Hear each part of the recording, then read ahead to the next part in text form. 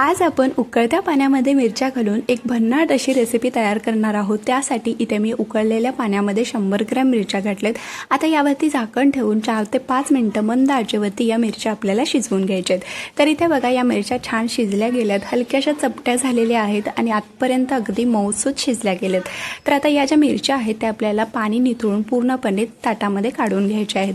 तर आता थोडंसं ताटामध्ये पसरून गार करून घेतल्यानंतर या मिरचीच्या आपल्याला 2 भागामध्ये कट करून घ्यायचे आहे। त्यानंतर एका कढईमध्ये 1 चमचाभर तेल घालून तेल चांगलं गरम झालं की अर्धा चमचा जिरे आणि 5 ते 7 लसणाच्या पाकळ्या घालून लसूण हलकासा सोनेरी होईपर्यंत परतून घ्यायचा। लसूण थोडासा परतून घेतला की अशा पद्धतीने बत्त्याने थोडासा ठेचून घ्यायचा, म्हणजे याचा अर्क या भाजीमध्ये खूप छान लागतो। आता शिजवून घेतलेल्या मिरच्या 2 ते 3 मिनिटं तेलामध्ये परतून घेऊन चवीपुरतं मीठ, 2 चमचे भाजलेल्या शेंगदाण्याचं कूट घालून मिक्स करून घ्यायचं। तर इथे आपली ही चटपटीत मिरची भाजी तयार झालेली आहे।